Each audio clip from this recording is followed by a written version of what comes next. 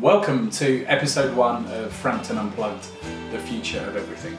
So, first apology for those of you expecting to tune in for an acoustic version of Baby I Love Your Way. My namesake Peter Frampton, I'm afraid this is not that. What I am going to talk about, as the name suggests, is the future. I'm fascinated by the future of business, of leadership, of organisations, of marketing, and of pretty much everything that is happening right now in society. So the purpose of this vlog is to shine a light on things that I think are interesting when it comes to the future, things that are disrupting the norm, because we live in a world where technology is rapidly changing any of those things, changing the establishment, changing how leaders need to behave, changing how organisations need to shape themselves. So I'm going to talk about all of those areas, and arguably kind of advertising and marketing, which is the industry that I've grown up in, is at the centre and the core of all of that change. Never before have we had such strong kind of tech businesses at the top of the corporate ladder. The markup of Google, Facebook, Amazon and Apple dominate. All of those businesses have an aspect which is advertising and media, some more than most. But we also have social platforms that have billions of consumers connecting to them and conversing on them, versus kind of a media kind of proposition in the past where, of course, media shaped public opinion, but what it didn't have is it didn't have kind of the ability not to be regulated. It didn't have the ability to control through algorithms and black boxes kind of conversation and shape public opinion in the way that some of those platforms do. So I would argue, and I don't think I'm the only person to argue it, that capitalism is in existential crisis. But I would also argue that business, leadership, the marketing industry, politics and everything around us is in existential crisis. There is a lot of change going on right now, and some of it is driven by technology, but some of it is also driven by kind of groups of consumers kind of waking up and seeing and kind of professing a slightly different future. So let me take a few of the things that I think have dramatically impacted where we're going to be this year when it comes to leadership in business.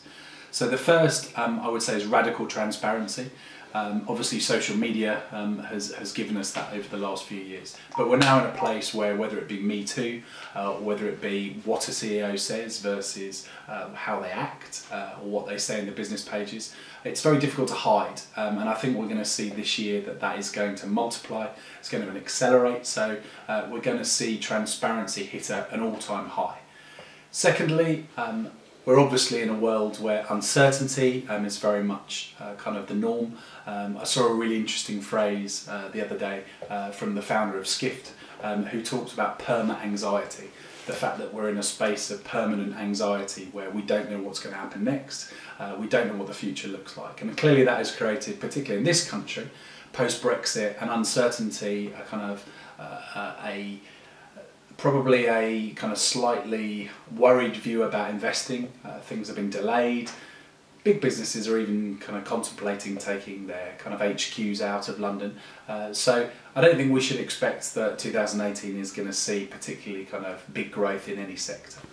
And the third one that I really see kind of beginning to kind of accelerate, and hopefully, because I think it's the right thing, start to matter this year, is the importance of the employee.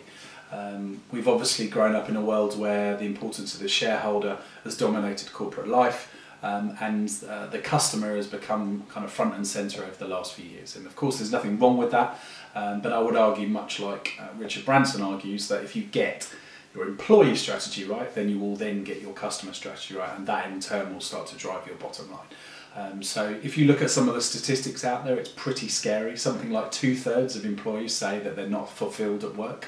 They don't enjoy going to work, that horrible Sunday night, Monday morning feeling.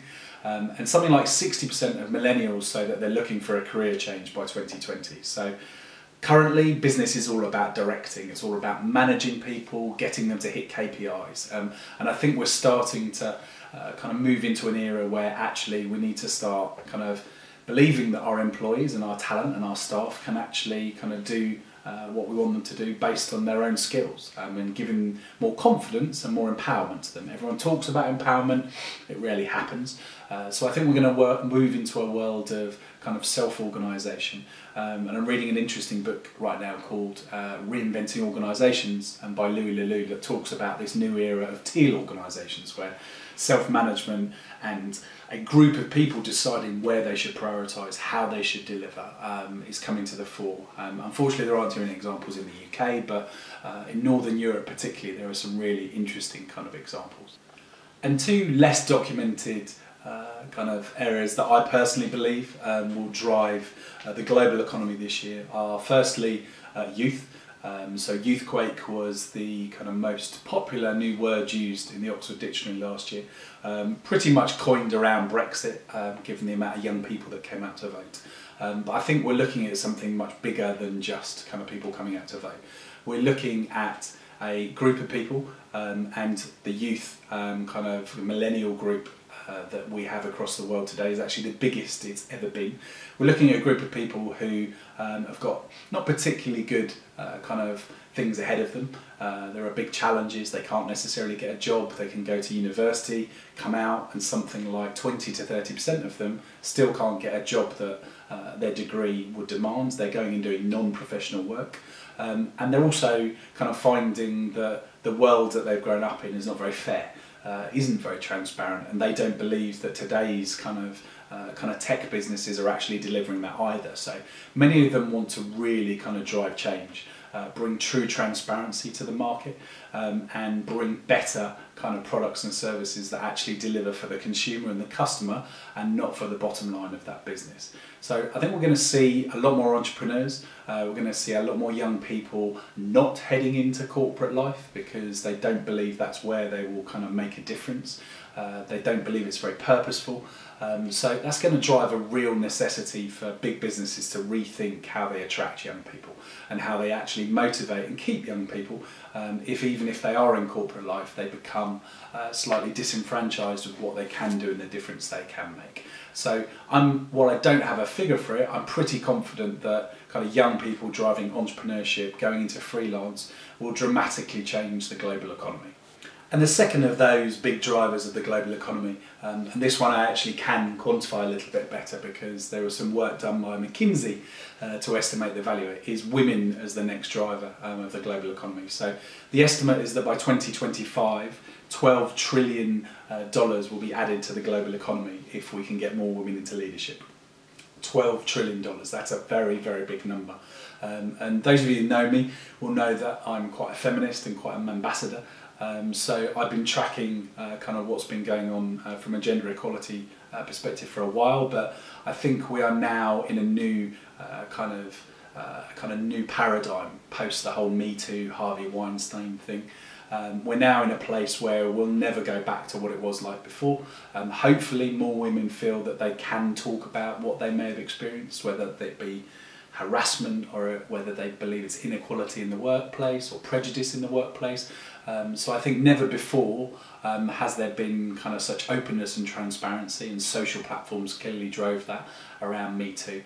But I think we're also kind of moving into a paradigm where businesses and male leaders particularly will have to be seen to be making more of a difference, to listen more to the kind of females in their workforce, and thinking about new ways that they can kind of change the dynamics, because too often I believe that whilst there may have been kind of things actually kind of happening in a workplace, leaders will have turned a blind eye.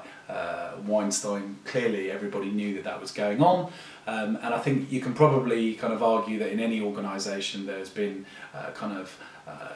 people have turned away from kind of the kind of horrible truth, or perhaps they've even used things like NDAs or kind of money on the table to kind of close down conversations. Whereas now we have more than ever, more than the suffragettes 100 years ago, we have women who are empowered to be able to kind of speak openly about what's happened, and hopefully feel that actually they won't kind of be ostracised, they won't damage their kind of career ambitions, they won't damage kind of their kind of familial life, because I think that's what's probably got in the way. So that is going to radically change the way that organisations and leaders have to behave this year. And after Me Too, I think there are a lot of men out there that want to make a difference, but probably feel a little bit unsure about what they can say, what they can do.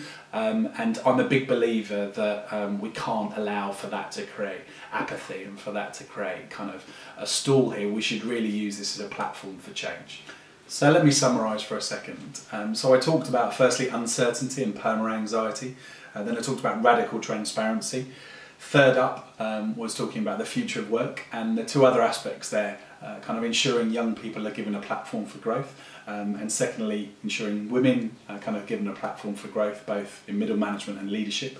All of those aspects, I believe, kind of will play a significant role in how kind of leadership and business and organisational design kind of plays out in 2018. I don't think ever before we've had more young people considering leaving to be freelance, or more young people either leaving university or leaving paid work to go and set up their own business with that passion and desire to kind of do something that makes a real difference, and something that they can control and they will enjoy, that we talked about earlier. But I think we're also looking at a time where there is huge kind of investment going into new businesses. The new is very, very fashionable, and it's never been better. A better time for a young person, or any person in actual fact, to start up a new business. So just last week it was reported that the UK received $2.5 billion, sorry, dollars, I should say sterling. I'm too used to talking about dollars when it comes to Google and Facebook. 2.5 million kind of pounds sterling of investment from VCs, and that is something I believe like 5 times more than Paris received. And that was going predominantly clearly into London, but it shows you that there's an appetite for growth. In the context of Brexit, when everyone's saying there's kind of very low or single digit growth, we're looking at more money being put into London than anywhere else in the world other than Asia or the Valley in the US. So that should give us confidence that actually developing new, more disruptive models is something that actually will help drive growth for the UK. So the complacent are really going to fail in 2018. Those that don't understand how to engage and ready their talent for transformation will also fail. Too many businesses talk about digital transformation, but the reality is that all they have is an IT-driven project, or they potentially acquired a business. And I think we're going to see more and more businesses acquire kind of nimbler, kind of smaller digital-driven startups. It's happened quite a lot in the US, not so much here yet, but I think that's the way that kind of big business will start to kind of counter-attack against the tech players, particularly the big guys, but also the minnows that are increasingly kind of popping up and stealing their business. Kind of the entrepreneurs that have got their second round of funding that are starting to take market share. So what does that mean for big business? It means big business needs to think very carefully and very kind of deeply about how they actually drive change. Just having a digital transformation project is not enough. John Chambers, the CEO of Cisco, talked about the fact that 70% of businesses in the next few years will try to radically digitally transform themselves, but only 30% of them will succeed. So that's 70% of businesses will try to transform and only 30% will actually succeed. So that tells you that there is a human aspect, a cultural aspect within these transformations that is being missed today. So most of the vlog so far has been talking about kind of business, organisations, leadership. What about a little bit closer to home in kind of the industry that most of you, I guess, kind of will know, given you've also been in the marketing and ad industry like me. So I'm going to talk about a few themes that I think will drive change, and some of these I'll come back to in more detail in future vlogs. So the first, radical transparency, was in my initial list. Don't need to be a genius to work out that's hitting the advertising industry hard, particularly the media industry.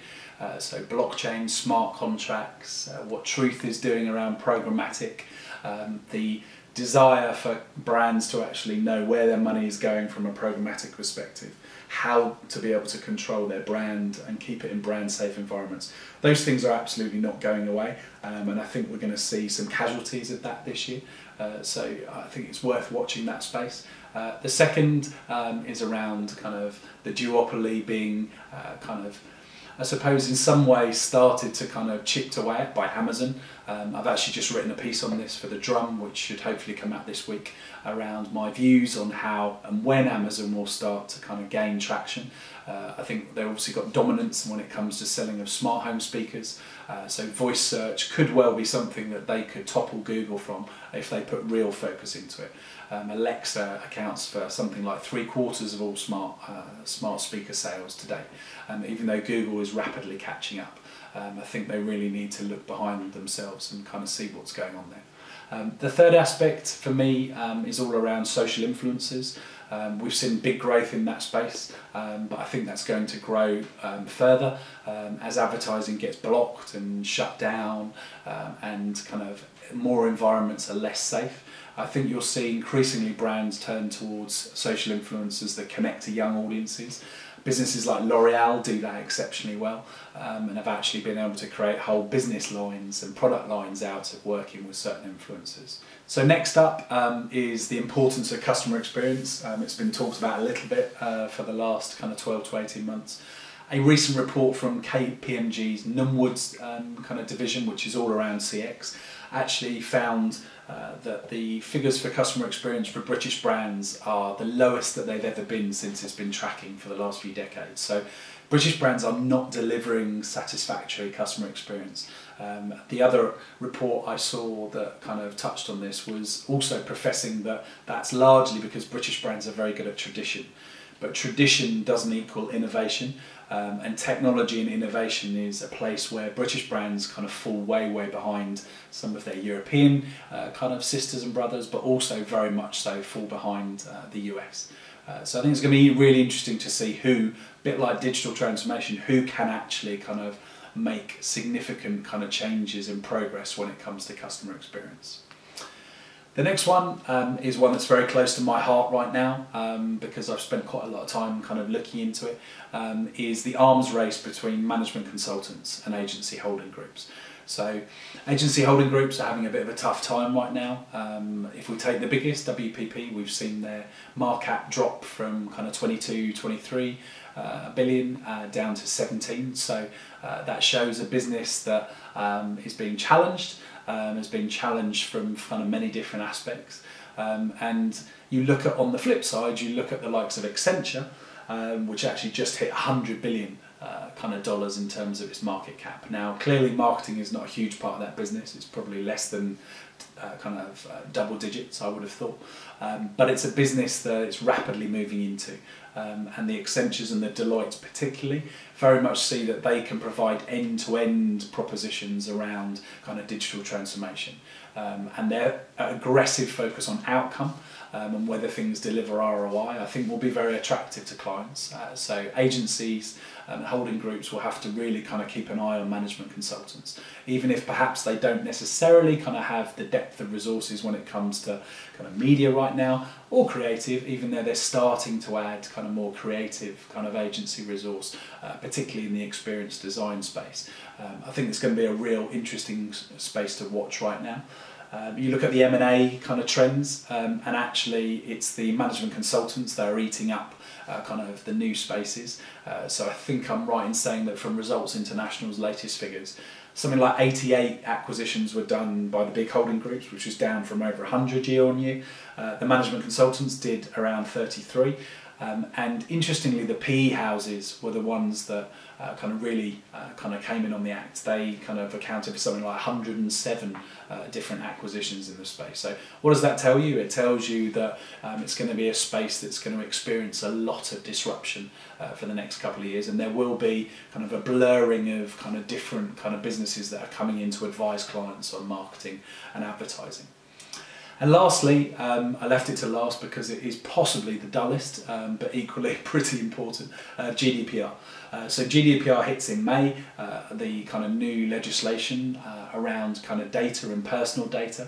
I think that it will change the way that we think about how data is collected and how it's used, which is a very good thing because customers will be kind of put back at the kind of centre of the equation, and brands will have to think about how they build trust and build kind of transparency around how data is used. let's face it, a lot of the data being used for kind of advertising and targeting today is being used kind of going around those guidelines, and possibly well, probably not even possibly, is actually really kind of contravening kind of the data protection laws. So it'll be interesting to see how that plays out. It will also be interesting to see, given the government recently, I think just this week, announced that postal marketing or direct marketing will not have to kind of go and kind of get re-consent for kind of that type of advertising sent through to people's doors. So we could see a bit of a renaissance when it comes to direct marketing, which has obviously been kind of threatened and very much kind of chinked away at by digital in the last kind of 10 years. Okay, so there's been some pretty kind of serious, kind of meaty topics in there. I hope it's been interesting, and I'm really keen to get your feedback about which aspects of that you found more interesting, which areas you'd like me to focus on in vlogs coming up. I plan, as this starts to build, to do the odd interview with kind of someone in these spaces rather than it just being me talking to camera, which I can imagine might get a little bit dull after a while.